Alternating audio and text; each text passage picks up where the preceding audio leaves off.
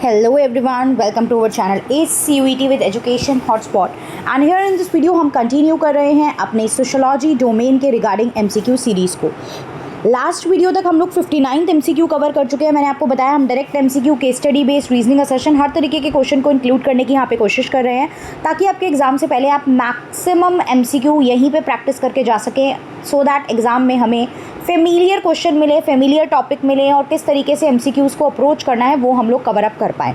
Already 59 question हम लोग cover up कर चुके हैं। यहाँ पे हम बात करेंगे क्वेश्चन नंबर 60 से और इस तरीके से हम लोग आगे कंटिन्यूटी में वी विल ट्राई कि जितने मैक्सिमम MCQ एग्जाम से पहले हम कर सकते हैं वो हम कवर अप करें।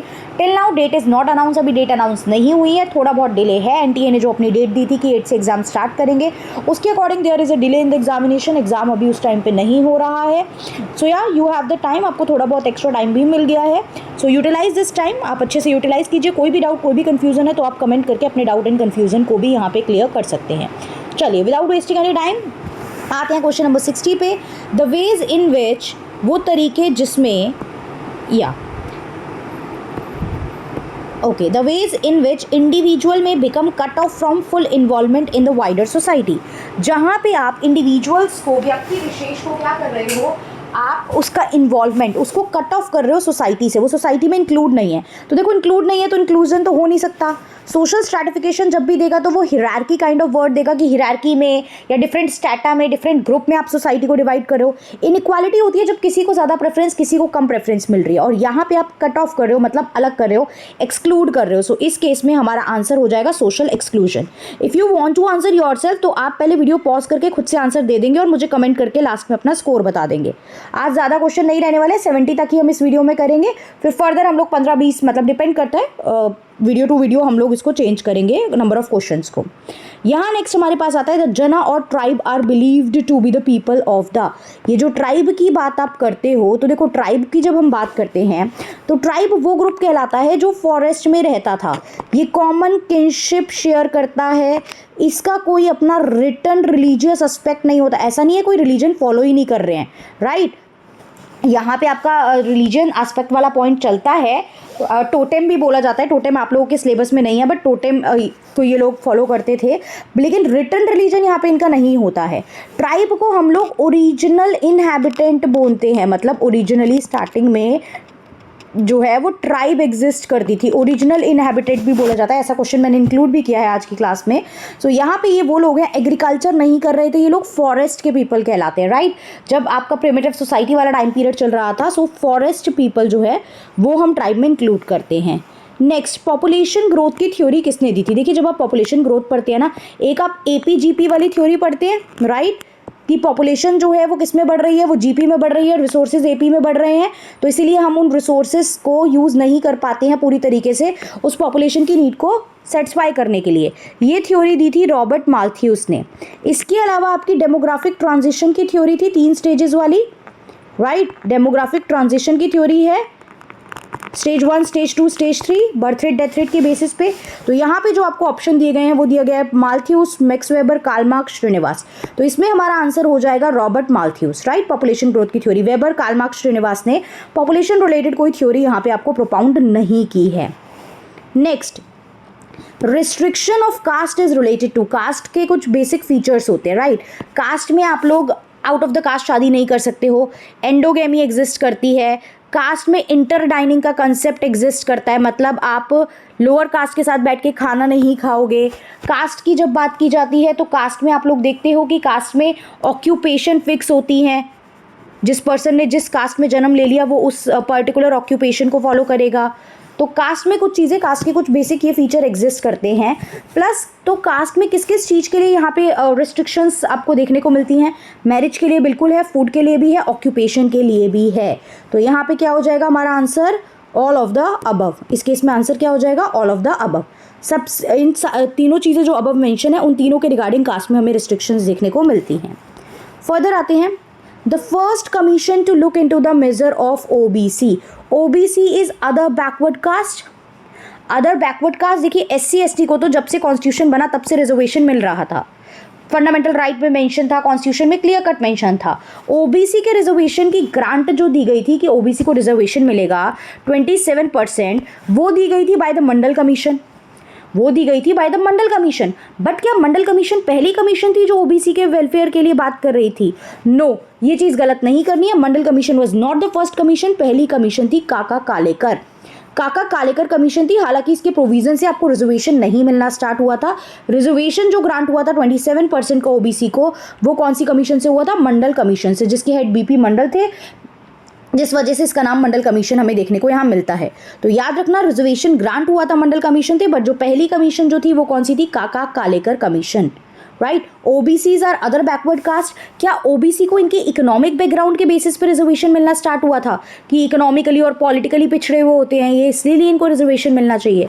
नहीं, ये चीज़ भी आपको ध्यान रखनी है कि इकोनॉमिक रीजन से नहीं मिल रहा था रिजर्वेशन, आपके एजुकेशन एंड सोशल बैकग्राउंड की यहाँ पे बात हो रही थी, right. Educational and social background पे यहाँ पे बात हो रही थी और उस बेसिस पे रिजर्वेशन की यहाँ पे डिमांड की जा रही थी। आगे देखते हैं, आदिवासीज या ट्राइब की जब हम बात कर रहे थे तो मैंने बताया आदिवासीज और ट्राइब क्या होते थे?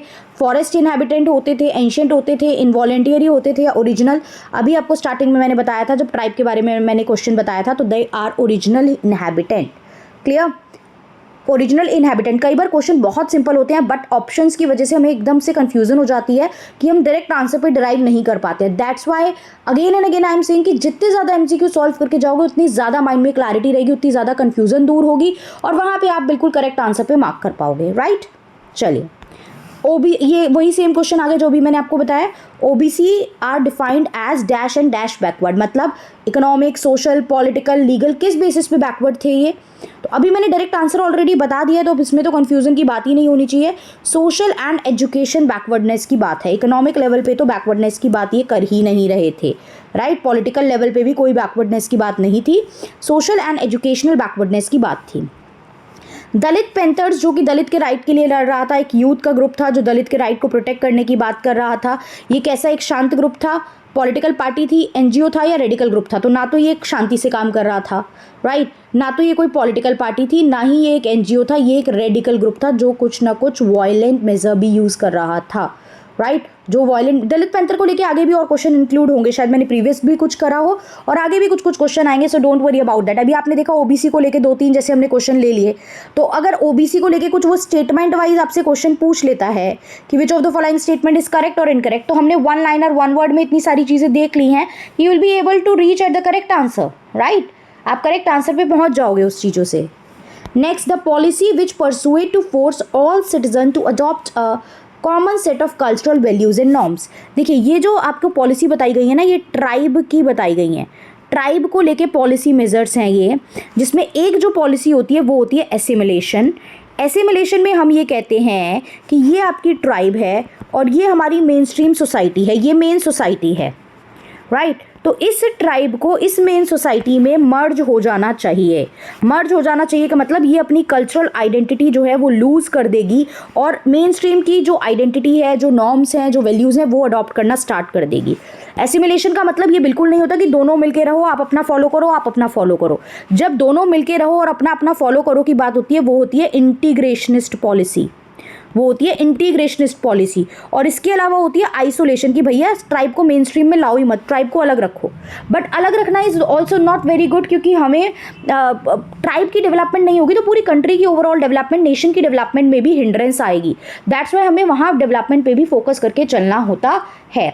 सो ये होती है एसिमिलेशन थ्योरी, जहां आप जो है सारे सिटीजन को कहते हो कि एक ही चीज़ अडॉप्ट करो, यानी ट्राइब भी मर्ज हो जाएगी मेन स्ट्रीम में और उनके कल्चर वगैरह को अडॉप्ट करेगी।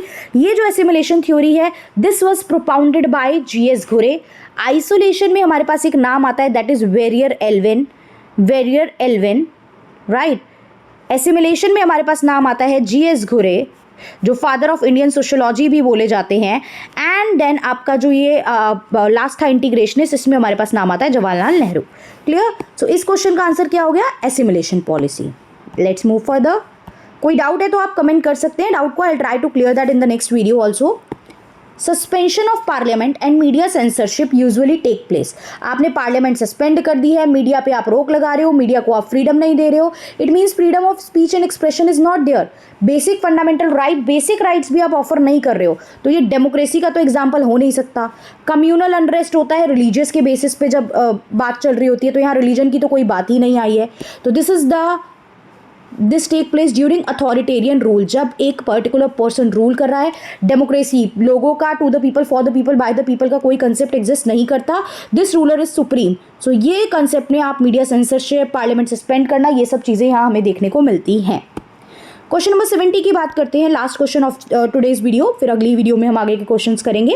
एंड अगर ये वीडियो पसंद आ रही है, हेल्प कर रही है, तो please do like the video, comment करके बताएंगे। And do share this with all your classmates so that maximum student तक ये कंटेंट जो है वो पहुंच पाए। बिकॉज अब टाइम कम है तो यूट्यूब अपनी तरफ से पहुंचाएगा, उसमें बहुत टाइम लग जाएगा, शायद बहुत देर भी हो जाए। सो अगर आप लोग इसको शेयर कर सकते हैं अपने क्लासमेट्स के साथ, you all of you must be having your groups of your classmate, तो वहाँ तक आप इस वीडियो को ज़रूर पहुँचाएंगे। चलिए next question, when religious identity override everything else, मतलब आपकी रिलीजियस आइडेंटिटी बाकी सारी चीज़ों को पीछे छोड़ देती है। आप अपने ही रिलीजन को सुप्रीम मान रहे हो और you are considering other religion as inferior, right. So ये जो रिलीजन के बेसिस पे कंसेप्ट होता है ना, वो रिलीजियस के बेसिस पे जो कंसेप्ट होता है वो होता है कम्युनलिज्म, राइट। कम्युनिज्म होता है जब आप बात करते हो, जिसके कार्ल मार्क्स प्रोपाउंडर थे, कि रिसोर्स पूरी सोसाइटी से बिलोंग करते हैं, कोई प्राइवेट प्रॉपर्टी नहीं होती है, किसी एक पर्सन का कोई प्राइवेट प्रॉपर्टी नहीं है, जो भी रिसोर्सेज है वो सबसे बिलोंग करते हैं। सेक्युलरिज्म होता है when all religions are equal, right. India में सेक्युलरिज्म का मतलब क्या है कि every religion are equal. Regionalism होता है जब आप अपने एरिया को, चाहे अपना स्टेट हो, अपना डिस्ट्रिक्ट हो, अपना विलेज हो, उसको सुप्रीम मान रहे हो और बाकी सबको जो है वो गलत ट्रीट कर रहे हो, और उसके लिए आप क्या कर रहे हो, उसके लिए आप वायलेंस मेजर भी sometime you can use the violence measure. So वो एरिया के बेसिस पे होता है, the place where you belong to, right. Communism हो गया इसका आंसर, क्योंकि यहाँ रिलीजियस आइडेंटिटी की बात की गई थी। तो 70th क्वेश्चन तक हमने कंप्लीट कर लिया है। मिलते हैं नेक्स्ट वीडियो में from the question number 71 onward. So that's all, keep studying, all the very best for your exam. Thank you everyone, see you in the next video.